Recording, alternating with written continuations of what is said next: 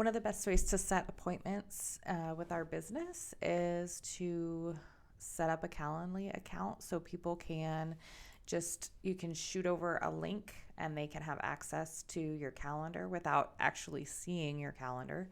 So, what they'll be able to do is schedule a time that gets automatically put onto your Google Calendar, and they'll have plenty of times to choose from. So, what I to be compliant, you need to set up your account for with your Primerica email address. So if you don't know your Primerica email address, start checking that email for one thing, but it's easy enough to find.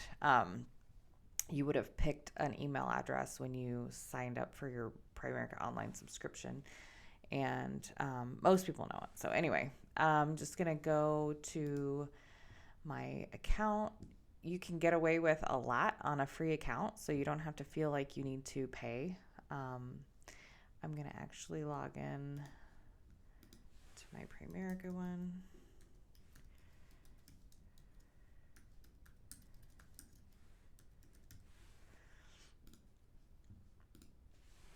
Let's see.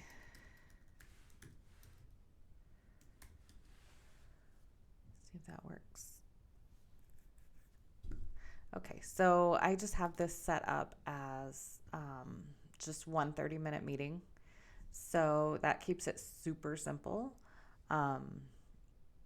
What you'll need to do is to go into your account and create calendar connections. And so, most of us use Google Calendar to set appointments, things like that. It actually works probably the best. I'm not even sure if I ever connected anything to my my other calendar, but with the free account, you only get I guess you get one calendar connection. So I guess you just need to pick. I don't remember if I had the option to do another type of calendar, like iCalendar or whatever. So I just recommend Google because it works the best. So anyway, you go in, you create a calendar connection. It's super easy. You basically just have to put in your password and stuff. And then you want to go and check your availability. So it's pretty easy to just, decide what days you want to work and then put those days on the calendar. So if you don't want to work on Sunday, if you don't want to work on Saturday, then mark them as unavailable. And then depending on your, if you have a day job and your work schedule, just put the hours that you're available after work that are feasible for you. So, if you only want to work 3 hours a day, put your 3-hour window in there. And then the important thing about that is going to be when you set up the other options. So once you get your working hours set up, you can go back to like the home screen, and then let's see. If you go into the little settings, you can edit, and then that gives you the settings for each event. So I only have one event, but this one you can add a location, so you can put in-person meeting. They'll have a box to okay, let's see. They give you places where you can ask questions of the information that you want to collect from them. This one here I never really set up, so I can add a Zoom meeting, and I haven't connected my Zoom. So you'll need to connect your Zoom if you want to add the Zoom meeting option. If you want to add another location option, you can ask them, and they'll have if you want them to set it at their house, you can make those decisions too. So you can have 2 or 3 different options, and then you can actually leave specific details if you have an office or someplace that you like to meet, and then they can pick from those options. So on my calendar that I use, I actually have a Zoom option, their house, and an office address that we could meet at if they prefer. And then I do actually have it set up so they can put any details about, what it is that they want to meet about, just so that I'll have an idea. And then it's good to get their email address, their phone number. You can add new questions. And then it gives you the option to have different types of entries. So, this is it's real simple once you get in there and you know what you want, how you want it set up. But yeah, always ask for their name and their email address.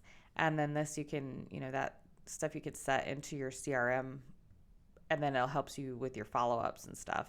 And then notifications and cancellations. So if you have a paid version, which I have on my other account, it actually gives you the ability to do text reminders. And that's what I like about it is they'll actually get a text.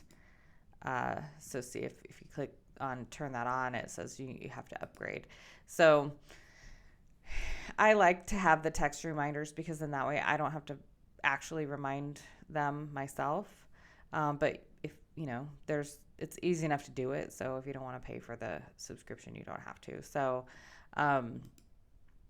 and then you can set it to go to a different website after you get through the confirmation page. So that's kind of cool. And then we don't collect payments for our meetings, so we don't need to do that. And all you need to do is once you've got all of your meeting stuff scheduled, set up, then you just click the copy link thing and you can share it with them, or you can click share here and copy and paste that. I'm not really sure. They give you you can get a specific link, I guess, for a one-time thing.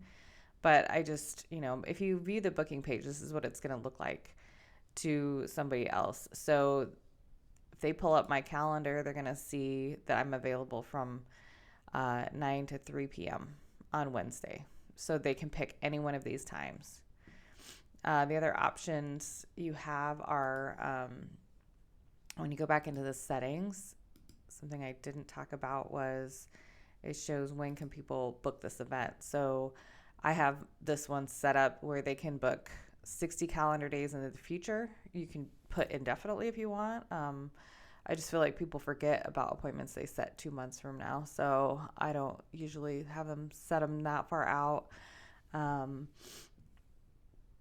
But if you have people who do recurring meetings, maybe they go in and schedule a whole bunch of them all at once. That's fine. So on mine, this duration is 30 minutes. They can do, you can do custom amount of time, 15, 30, whatever. You can set custom hours. You can add different calendars, like different custom hours for different days. And then, you can have this just says working hours because that's my working hours or whatever. But the other thing that you want to make sure that you do is add some buffer time to before and after your events. So if you add the buffer, this gives you time for driving if you think you have to drive to your office or somewhere else that you need to drive to. If it's going to be close, you might add 30 minutes if you think it might be even more. And then you can add additional rules for your availability. So they show time increments in 30 minutes. So when somebody goes to book, they give them the option for every 30 minutes, but you can do 45 minutes, 60 minutes, whatever. And then also you want to make sure you have your time set up for when people can schedule an event. So do you want people to be able to go on at 9 a.m. and set an event for later that day?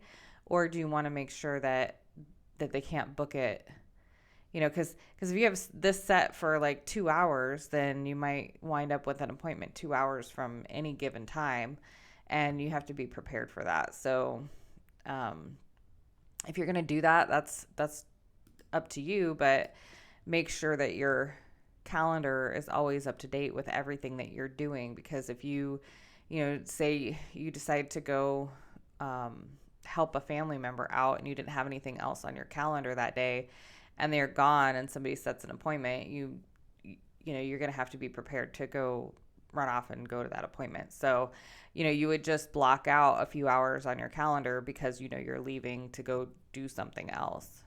So that way somebody can't schedule something. Just little things like that you realize after having your Calendly set up and things that happen like that. So it says automatically detect and show the times in my, okay, so the time zone display is good because it'll adjust the times for you and the person that you're setting the appointment with if they're in a different time zone. So I'm just going to hit save and close on that.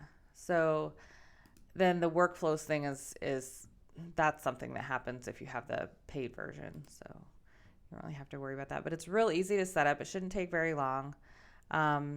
Just go in, connect your Google Calendar, and then set your work hours. And then you're ready to go. And then I like to be able to have this this app on your phone so that you can just pull it up and schedule an appointment with somebody if you're in person with them. You can schedule it yourself and put in their information for them, but or you can just hand them your phone and say, here you go, here, just pick a date and a time. So that's kind of cool. And then just copy your link down and have it in your shortcuts or your notes or something on your phone so that it's easy to share with people. And that's it.